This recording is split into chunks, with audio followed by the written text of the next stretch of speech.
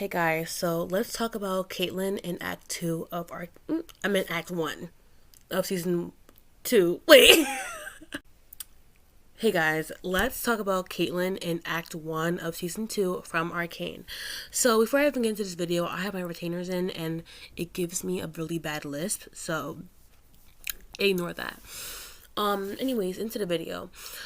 Right now, when I first watched the second season, I'm like still with my opinion that I love Caitlyn and before I even watch season 2, I'm like, whatever she does in this season, y'all can never make me hate her for it because at this point it's warranted. I mean, Jinx kidnapped her naked, and in the scene where like she was in a dinner table with Silco and Vi and whatnot, she looked so traumatized and scared, and the tip of the iceberg was freaking Jinx killing her mom. So I 100% understand her anguish, her need for revenge, her lashing out. I 100% understand. I empathize and sympathize with her. Understand it. However, her becoming a general, I'm questioning her character. I'm not questioning her as a character, I'm questioning her character as a person. Because all it took for Caitlyn's morals and views on the situation of Piltover versus the Undercity to shift was for it to become personal. All it took for her to change her mind was for it to become personal. And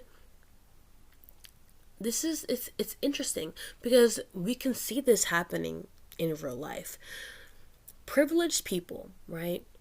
They can there are a bunch of privileged people who can say they support, people who are not as fortunate as them, or they understand a point of view of people who are less fortunate than them.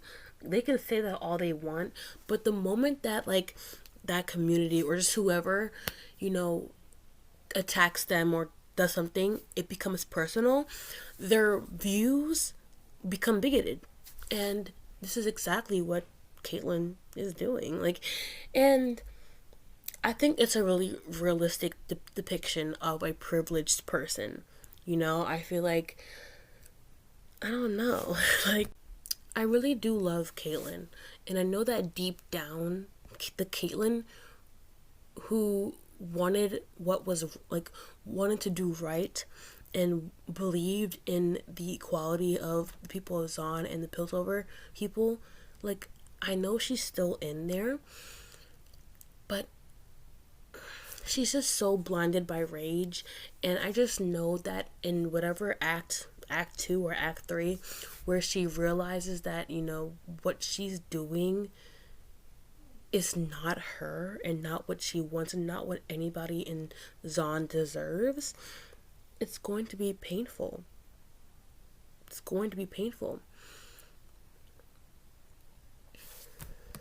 Again, I understand Caitlyn lashing out at people and not thinking critically and not thinking rationally. I mean, she literally asked Vi to become an enforcer. And I wasn't angry at her for that. I just felt like it was definitely insensitive, and she did apologize for that. And that was a big sign of her just she's not in the right mindset. She literally is pushing herself into becoming this I forgot what she said. She was like, I'm a something police officer, da da da da. She is pushing herself into becoming someone that the people of Piltover can look up to, can depend on, because right now they need her. They need someone. And I feel like this is all so much. This is all going too fast. I kind of don't remember the time skip of season 1 and then act 1. Because the montages kind of screwed me up a bit. I know that in the beginning they were showing montages of, when the rocket or whatever hit the counselor place. I don't know, guys. And they showed Jace getting Victor. Caitlyn's mom's dead. So that was like directly after season one.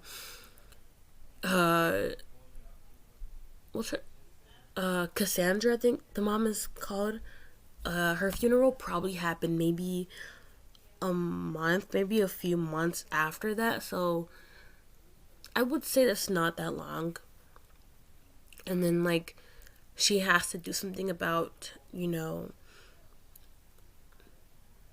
the people of Piltover. Like it's a lot, and I feel like this was so pushed upon her, and like whether or not like no one at first pushed this on her, she felt like she had to do something because she doesn't have her mom. Like, I don't know, it's a whole lot, and I feel bad, especially with Mbessa manipulating and using Caitlyn's grief. It's just it's icky, and I don't know. And everyone was like, "Oh my god, like Caitlyn, like with the cloak on, looks like a vampire." I'm like, "That's what y'all thought." My immediate thoughts were evil dictator. Like that's what I was thinking. But yeah, I don't know. I don't know what will wake her up.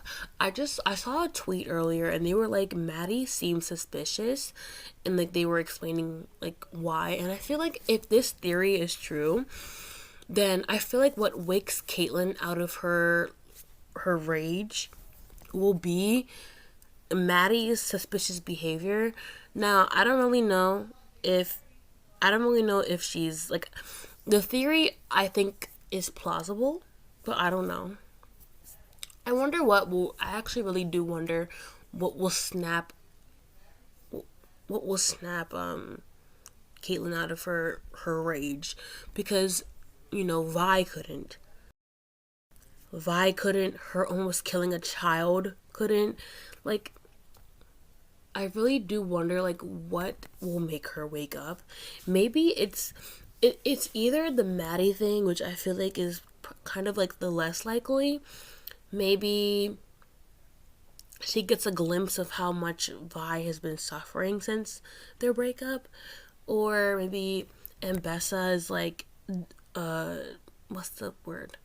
Is hold on, I'm not thinking. Maybe Mbessa is like demanding too much. Like maybe she's like telling Caitlyn to do too much damage, and like Caitlyn's like, okay, let's slow down. So I don't know. I'm very intrigued. But yeah, Caitlyn, I know you're in there.